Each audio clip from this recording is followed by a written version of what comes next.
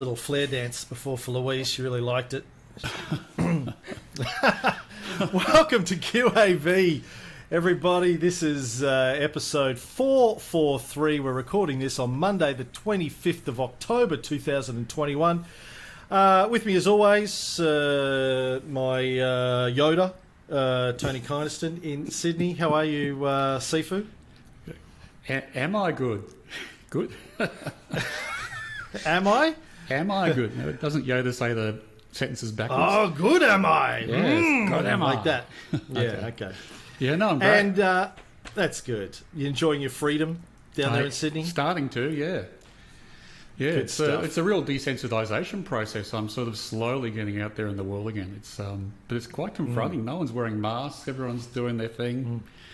I still Haven't don't been feel able to get that completely hair safe. appointment yet, I see. Tomorrow at 2:30. Wow.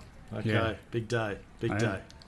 And with us also from Sydney is Louise Bedford. Welcome to the show, Louise. It's so good to see you both. So good to see you too. Now, Louise, I'm sure most people in the investing community in Australia know Louise. We had her partner, Chris Tate, on the show. We just worked out in April 2020, just as the COVID cough was starting to hit us. She's a well-known author, founder of Talking Trading, known as the Candlestick Queen, which I thought was an ABBA song, but it was a different. I think that one there was like a deep cut on a B-side somewhere there. The Candlestick Queen. How are things going for you, Louise? Are you enjoying your freedoms? Oh, look, I just find that it always takes us a while to change gears, but I'm very much looking forward to and very optimistic about what's coming next year. It's been a pretty rough 18 months, but really let's just kiss that goodbye and look into the future. Hasn't been rough for us in Queensland, I have to say. We've had a great time. We don't know what you're all complaining about. It's been fine up here. I don't know, bunch of whingers down south. So, Yeah. Louise, we've got a lot of stuff to talk to you about today, but one of the things that we thought we'd kick off with is something that we've talked a bit about on the show before, and you're a great person to guide us in this area. We've often wondering why a relatively small percentage of the listeners of our podcast are ladies. And, you know, I've seen a fair amount of research out there saying that women don't tend to be active investors as much as men are. Do you think that's true? Look, I'd love to say that women are absolutely going head to head with the guys in terms of numbers, but currently we're just not. So if we look at the traders in my trading group through tradinggame.com.au, we've got about 70% male traders, 30% female traders. But the interesting thing is that the women are outperforming the men. We've heard that. We've heard that women statistically tend to get better results than men. Why is that, do you think? I think there's a few reasons. Firstly, I mean, once we become that 50-50 level with parity between men and women in terms of numbers, then perhaps this effect will dry up a little bit based on this characteristic. But I think the people who are very much the forward-thinking female, the ones who have a big purpose and a big ambition and maybe even a few extra IQ points, are the ones going into the markets first. So that 30% that are in my database, when you look at them from a world view in terms of their own experiences, they're slightly better paid than the average, they're more ambitious, they're more focused, and I do think that does help, but there are quite a few different reasons. As Donald Trump would say, you're sending us your best. You're sending your best women in there to invest. I do think so. And another one of the reasons I feel has to do with women's lack of confidence around this. We know it's a male domain. I've been trading since 1990, and when I got started, I used to go down to the stock exchange and there'd just be little old me, and I'd look down a line of men with their navy blue suits and their ties, and I'd look up the other line line, and there was just testosterone everywhere. So I think really what we're looking at is that women know they're going into a field where they traditionally haven't been welcome even, and they have to really take that into account. There's an aspect called stereotype threat, which is when a particular minority knows that people have a stereotype concept around them, that they unfortunately are likely to fulfill that concept by the things they do and say. So women having that lack of confidence, in a lot of ways, I think it actually works in their favour. Sure, they do feel a little bit unnerved. They take longer to put on their first trade. They need more direction where they feel like they have to ask more questions. But the good thing is they do their research, they're conservative, they don't dive in, and they really take their time to examine every single trade that comes across their desk. Do you think they're not as susceptible to sort of, I don't know, sort of wanting to look good, wanting to look like a big dog? You know, I think men get sucked in a lot easier to, being able to, brag to their mates about how good their portfolio's doing and how much their Bitcoin's gone up in the last month, and did you buy the dip and all that kind of stuff. Are women less interested in that kind of chest-beating aspect of investing, maybe? Ego-driven pursuits, I hear what you're saying. I think that does have something to do with it. Interestingly as well is that men often trade a lot more than women. So women are waiting for the perfect setup, the perfect execution, and then they act, whereas the guys are going to move forward even if they're not as confident. This actually also mirrors itself when you look at the HR personnel type of environment. Women are less likely to go for that job unless they have already done that job before, whereas a man only has to know 70% of that new role for him to say, of course I can do it. What do you mean? I've never flown a plane before. I'm sure I can do it. I've done it in the simulator. Give me a shot. How hard can it be? Exactly. It sounds to me like it's a bit like marriage. Like, I've been married 3 times, but my wife, Chrissy, waited until she found me. So she waited till she, found the best, and then she did it. I sort of had a couple of, That's a beautiful thing. Trial runs. Yeah. Maybe it's like Isn't that interesting? All right. Well, look, Enough I think of my we need to stupid get commentary. your wife on the show, and then I can ask her some questions on your behalf. Well, she keeps saying she's going to listen to the podcast, but she's been saying she's going to listen to my podcasts for 13 years and hasn't yet. So we'll see how that goes. Tony, do you have any more intelligent questions than I do? Yeah. Well, I mean, this is kind of an interesting discussion because you feel like we're reinforcing stereotypes just by having it. My first question was: is there a difference between the genders in terms of their approach to numeracy? So the men tend to either be trained or have a different grasp of numbers, which is, I guess, a requirement for investing that women may not have. That's a bit harder to answer. We don't actually have data in relation to this. A lot of the information that I'm providing for you is based on a couple of different studies. Terence and Odeen and Barber, they are the ones that actually put together a massive longitudinal study about men versus women. I actually replicated almost the exact same results of that study in 2019 based on 2,000 traders, nearly 1,983 traders, and we looked at their own results based on gender, whether they took a particular amount of time to put on a trade, how long they took educating themselves about the markets prior, quite a few different metrics. So your question is a little bit more difficult. It's outside the scopes of the research that I'm more familiar with. Yeah, right. So I guess whatever the reasons are, what can we do about evening up the score between the genders when it comes to investing? Well, I think the first thing is for the women to note that the men are not outperforming So having that bit of knowledge is a good thing. And men can learn from women in quite a few different ways.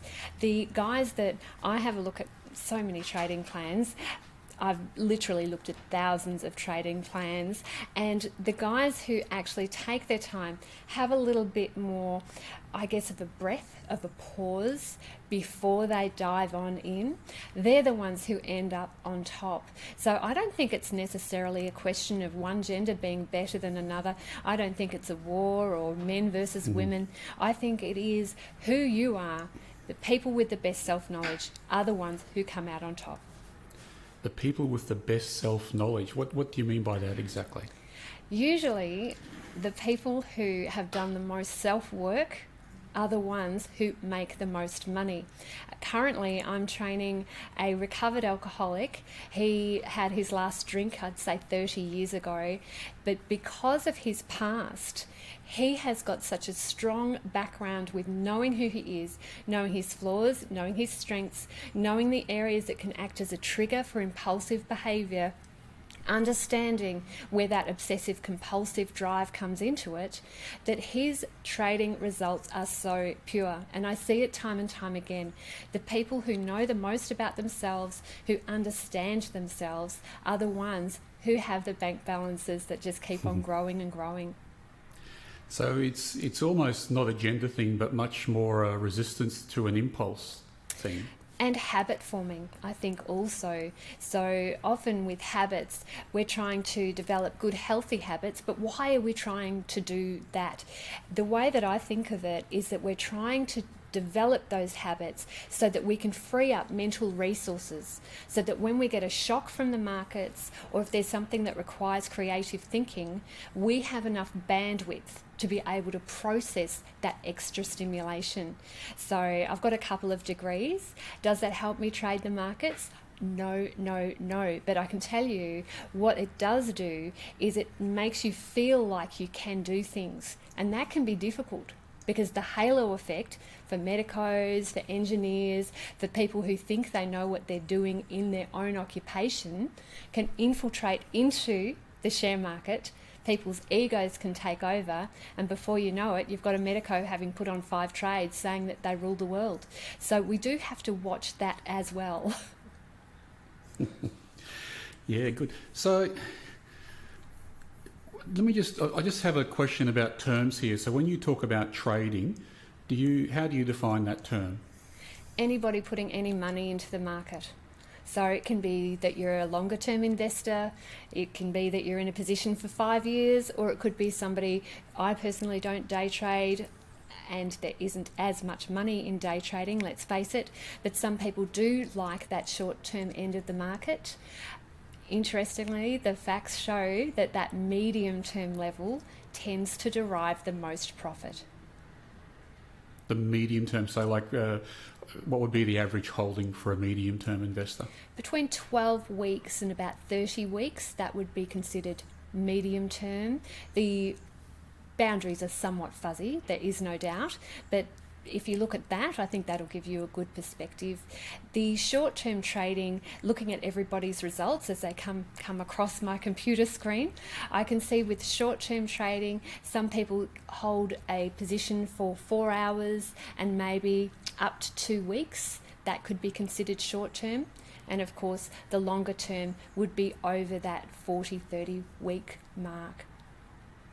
So you run a trading game simulation where you gather these statistics, do you? I run surveys into my client base. Yes. Right, okay. So that's the thing, having a background in psychology, you treat all of the people in your life like little rats in a maze, and you start to ask questions about their performance. So I think I've carried that over throughout the years, and my beautiful community of traders have been quite tolerant with me making them jump through those hoops. Right. So you must have built a profile then of what a good trader is, whether they're male or female. What are some of the key aspects besides impulse control? Because you said before about OCD. I actually think that some of the, I think investing suits someone who's a little bit OCD. I know with myself, I'll often go down the rabbit hole, I call it, either looking at numbers or thinking about something new and trying to work out how use it or turn it to an advantage is I see it as being a positive. What kind of things come out in your profile around that? Well, let's have a look at how this is actually defined. So the obsessive part of OCD is usually to do with unwanted thoughts. The compulsive thought is to do with actions. So we've got obsessive for thoughts, compulsive for actions, and D is your issue disorder. So unless you've been professionally qualified to be able to give that diagnosis, you can't actually say you've got OCD. But if you have got unwanted thoughts and that's creating repetitive actions, then you do probably need to seek some sort of help, some sort of structured program through cognitive behavioural therapy to assist. But in terms of what your probable question is, where you're looking at the implications of that structure, the routine, the ability to go through 1 to 2 to 3 in terms of a list, all of those are terrific qualities. In fact, I'm married to an engineer. My engineer trading friend here, just beside me, he just took this up and ran with it. Took him a while to do because every single I had to be dotted, but his results were outstanding from a very early stage. So even though what you're referring to, there are aspects of OCD in a lot of people who have a good trading track record, it's not actually the disorder part that is driving that behaviour. Yeah, sure, you're right. I'm certainly not using the psychological term, I guess, to describe that behaviour. But certainly, some aspects of it, the attention to detail, the ability to focus and concentrate for a long time, I think is important in being able to invest or trade. Oh, I actually have a bit of a problem using the word trade. I prefer to call it investing, and that just might be me. But I see it as being, as far as the stock market goes, we're buying parts of companies and trying to identify which companies we want to be a part of, rather than moving tokens around the board. We can definitely call it investing. I think the difference between trading and investing is that traders, and in your definition of investing, I think it would be the same, they analyse, they start with the end in mind, and they're prepared to exit a position. So if you're already of that mindset where you're not going to be wedded to that share, it's not going to be something that you're going to end up dying and leaving in a portfolio as a legacy, you're prepared to sell it, that's where I'm talking about trading, regardless of the time frame. But let's call it investing. We want to keep you comfortable, don't we? You paying attention, Cameron? Here, look, see how I'm being treated by another podcaster.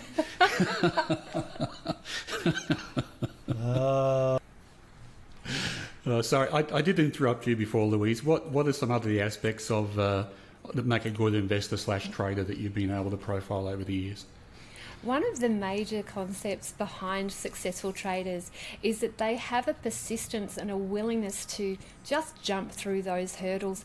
The difficulty with a lot of people in the civilian world, like if we just say the civilian world are the non-traders and investors, whereas we're actually on the pointy end, we're the action takers, people give up so easily, don't they? They just chase shiny objects, they throw money away, they do things without foresight, and that is not what we need as an investor. We need to stay fixed to the one concept and follow it through. We need to work on a written trading plan or an investing plan that covers our entry, our exit, and how much money to place into each position. So if we've got that professional view from the beginning, we are stacking the odds in our favour. And just probably one extra thing that I think is really relevant. The majority of traders that I've trained who are really kicking goals, there is a reason within them why they want to trade. And it has to be a good reason, something that will keep them going when things get tough. If the markets are throwing signals and they're getting confused and overwhelmed and their life is in disarray, they still know at their core, at their identity level, that they are an investor, and that can hold them true and keep the course until they actually succeed. I think that is very much underestimated as a personal quality in terms of success seeking. Yeah, look, I'd agree. I think the old saying, if you don't if you don't stand for something, you'll fall for anything, holds true in the market. You've got to have an approach or a system or a framework and stick to it, and only move away from it under extreme circumstances, and hopefully not ever. Otherwise you will flap in the wind. And it's one of the things that we see with some of our listeners, that they are, I guess, trying us out or trying our system out. They're still wedded to other ones. They still sort of play the field in terms of subscribing to lots of newsletters and podcasts and things like that. And whilst I wouldn't be critical of that, hopefully it's a transitory stage, because you really can't So you wouldn't ride be critical two horses. of that. See, do you know, Tony, I would be. I would question why you need 500 different sources. The more effective traders, I think, follow mentors that have similar values and a common direction, rather than ones that are actually all over the place, because those mentors, even the podcast hosts, if they're not aligned with their values, they're going to end up confusing your people. So actually, on your behalf, I will speak critically of people who have more than 3 or 4 people that they're listening to about the markets. It's very difficult for beginners to know what crud is. You know, I'd like to use a stronger word there, but I guess there's going to be children listening somewhere. So I do think we have to be very careful about the sources that we allow into our minds. People watch the news far too much, and they wonder why they're sad and depressed, and all they can think about is COVID. Yeah, look, it's a good point. I'm glad you make it. I guess I agree with you. When I'm saying I'm being less critical, I think You're magnanimous. I am not. Well, I'm not as magnanimous. You're probably taking the higher road there, but I do want people to question Tony, that. It's not just that. It's that I think that this is the point I was going to make. I think people are on different stages of their journey, and one of the things I think keeps the civilians out of investing is the education is so poor and so narrowly held. You really have to seek it out in our society. No one taps you on the shoulder when you're 15 and says, "Hey, this is what you really should be focusing on because it'll set you up for life." They don't. They go and play football, go and learn accounting, or go and do some maths, and that's all good. But it's been such an important part of my life to be set up financially that I think it should be the first thing that's taught in schools, but it's not. Yeah, I completely agree. I do think we do have a reputation in Australia as ripping down tall poppies also. So we have to be really cognizant of the wealth mindset that we're transmitting, not only to the next generation, but also to our friends, because we are a product of the people that are closest to us. So I do think we have a bigger ripple effect that we're responsible for than most of us realise. Yeah, look, I think I agree. And it is an interesting part of Australian culture to not flaunt your wealth and to not, I try and keep a low profile in terms of how much we're worth and our experiences. Although it's been quite a journey for me to come out and talk about all this stuff in public. But how much is that again? Tony? Sorry, you're breaking up, Cameron. But Tony, I think one of the interesting parts of that psychological journey was reading a book called The Millionaire Next Door, which was out absolutely. about 20 I years love ago. that book. Yeah, so do I. Which is probably more in tune with our culture, which is the person who might have all the money may not show it. They might just be driving a Subaru and going to the shops, to Coles and Woolies like you do every week. So yeah, that was interesting. But yeah, good. I mean, good point. Good. There are cultural aspects to this, and just as there are gender aspects to it, I think the other thing though is there are educational aspects to it, and it's how do you hunt that, whether you're a female or a male or a civilian or what? How do you hunt down and find that door, the right door to go through? Door number one, door number two, or door number three? Because one of them is going to lead to a really nice life, and the other two are going to lead to pulling your hair out, probably. Well, I think you have to be quite refined with your search. When you're looking for a mentor, you need to see that they've had longevity in the markets, that other people trust them. Ideally, you'd become in touch or familiar with some of the people that they've trained already. Have they got testimonials? Can you actually talk to those people? And when they're asked a question out of left field, can they answer it? You know, what is their breadth of knowledge? I think it's really important if you ask a question and the person that you're asking it to doesn't know, that they don't just make up an answer, that they say, that's interesting, I'll research that, instead of just feeling that ego pressure to answer. So that's, I think, a really important part about being a beginner trader. Looking for a values match, looking for that ideal Venn diagram where you've got that beautiful overlap with experience and knowledge, and making sure that the people that you're trusting have those skills to be able to take you on to the next step. And of course, the other aspect is, do they even care? You know, we need people who are going to nurture us, who are going to look after us, who are going to personally guide us. And that's why I love what you guys do. You're putting out free resources to help traders, and that shows a magnanimous quality of spirit there that so few mentors actually possess. Oh, thank you. So who are your mentors, Louise? Who did you found that you matched up most with when you first started? Look, I was extremely lucky to have Dr. Harry Stanton on my team from quite a young trading age. Harry, if you don't know Harry, he's the author of Let the Trade Winds Flow. He recently passed away. He was a guiding light in my life since the age of 15 when I first read his book, The Plus Factor. My sister gave me his book. I was at the normal teenage 15-year-old, you know, I was ready to fly off the handle. I wanted to run away from home, and my sister gave me the book. She said, read this book. If you read it and you still decide to run away from home and leave school, you can come and live with me. But if you don't read it, then you're on your own. Isn't that good for tough love? So Harry Stanton eventually joined the share market as well as a trader, and I became good friends with him in the 90s. So to have that guiding light snuffed out, I mean, he was quite a mature man by the time, but just it was never long enough. He had such a mind and was a constant source of encouragement for me. I'm not familiar with Harry Stanton. What kind of investor is he?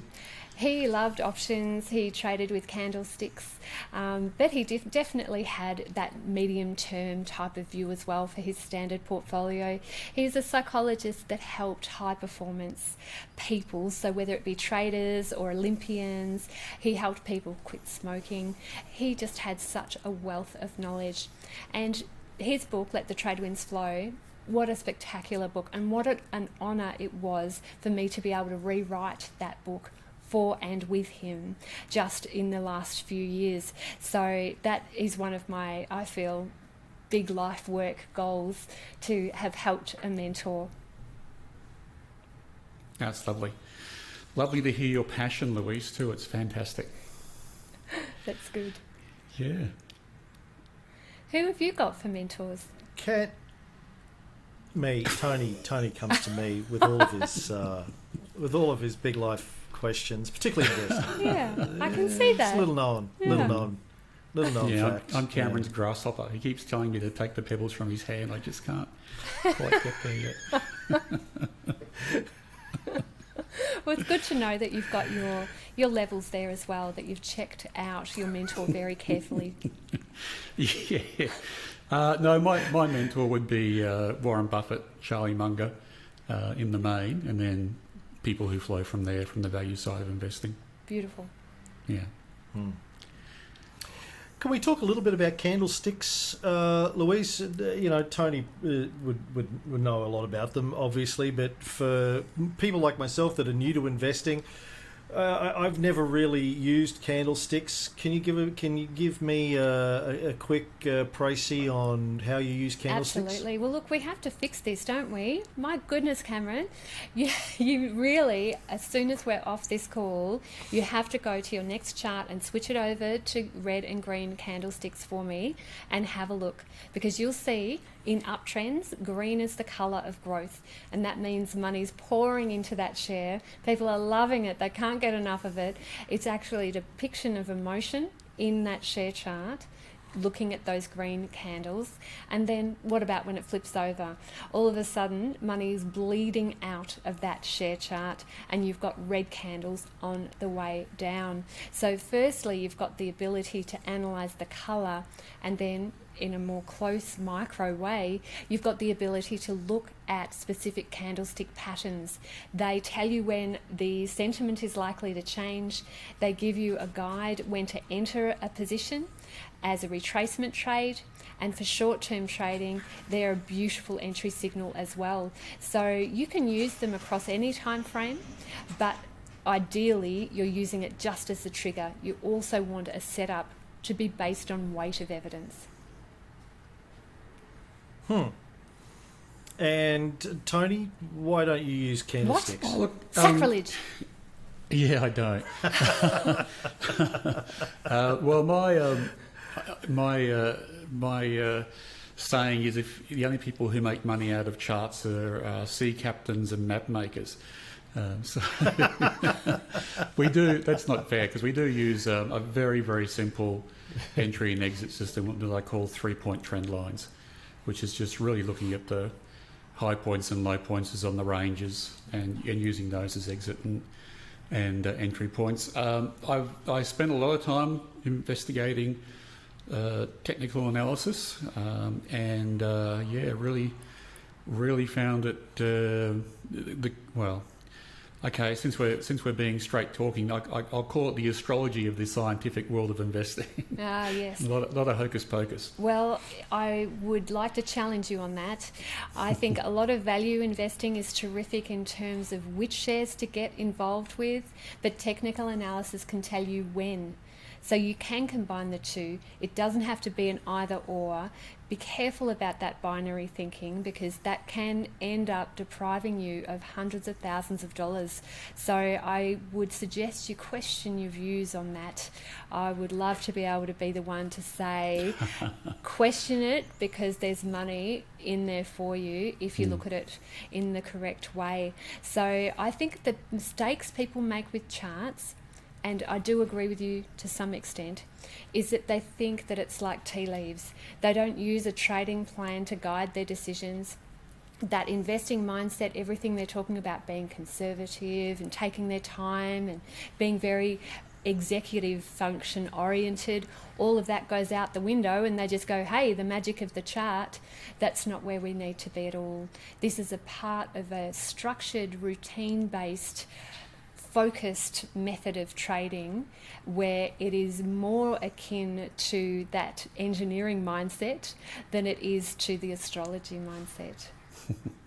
No, look, I accept that, and we do use charts ourselves all the time to buy and exit them, but I try and keep it as simple as possible and stay away from the oscillating waves and the Dow theories and all those kinds of things.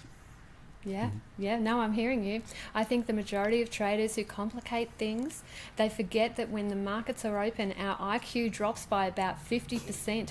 So we really do need to have a simple system that we can execute time and time again without question.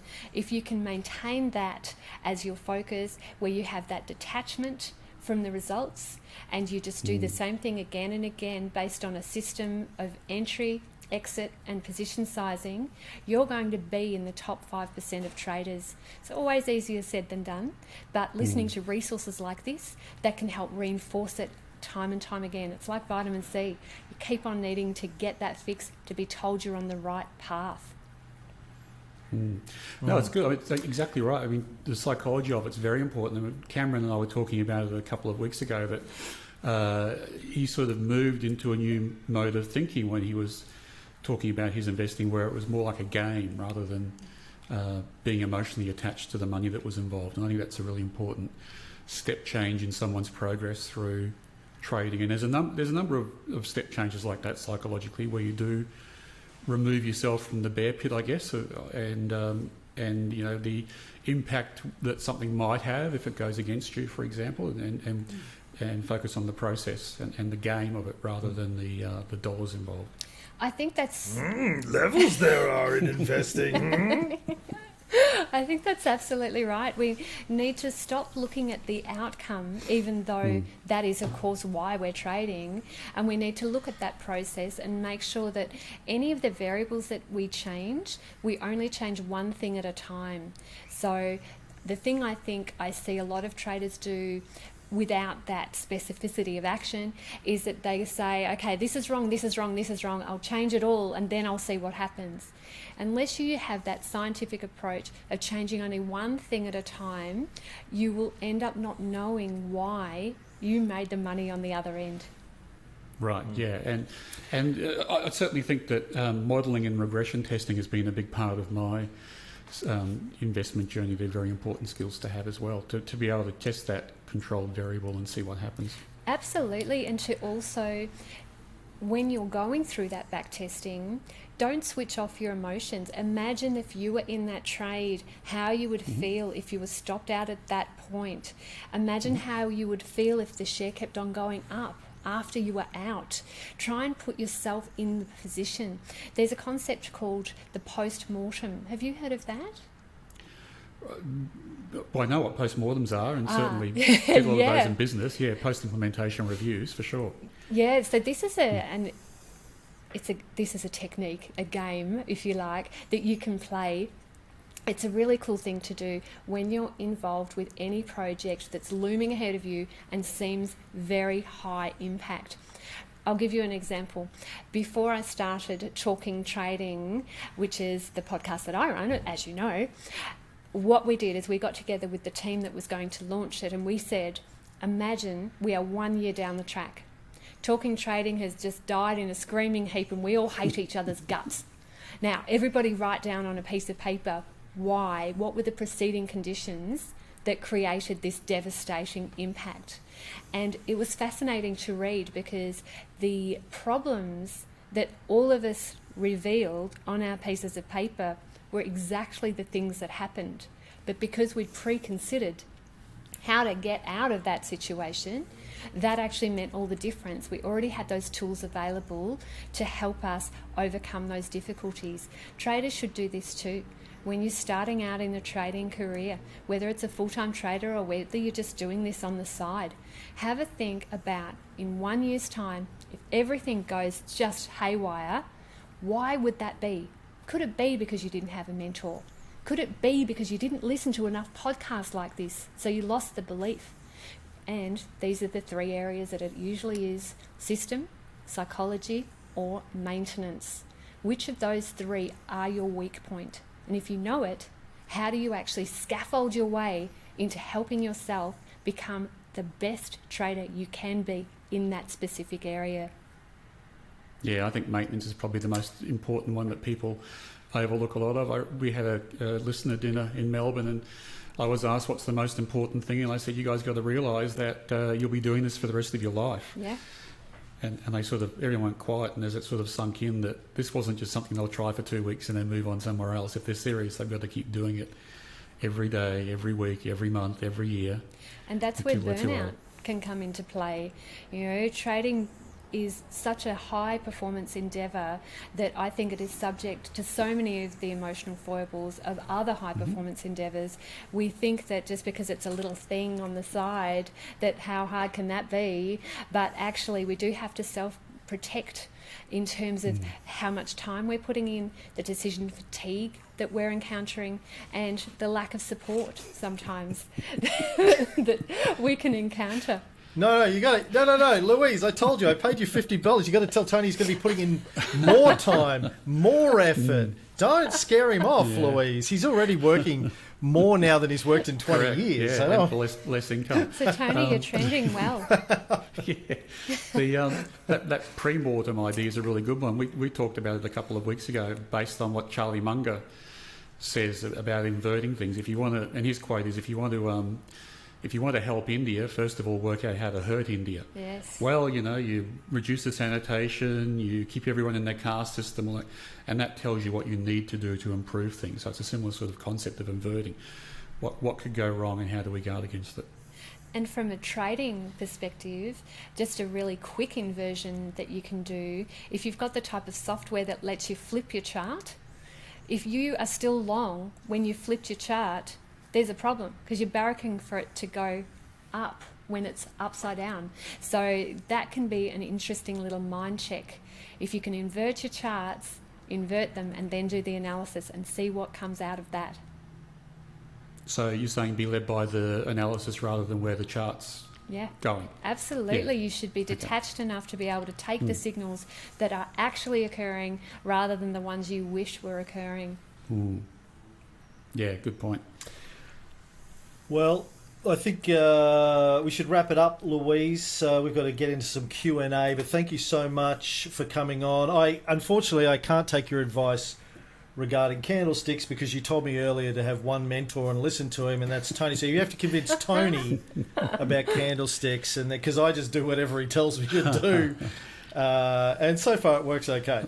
But terrific to have you on, and just tell people out there if they want to hear your podcast, where to go. Come and visit me for my podcast at talkingtrading.com.au, but also, especially because I know this will combine well with the things that you're already learning, come to tradinggame.com.au, tradinggame.com.au, and download my free trading plan template, and I'll even send you my Trading Made Simple audio 5-part course, and I know you'll love it. Very complimentary with what you're already doing.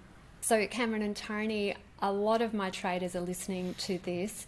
I am really excited to be able to present you to them. How do my traders contact you and access this wonderful podcast and some of your other resources?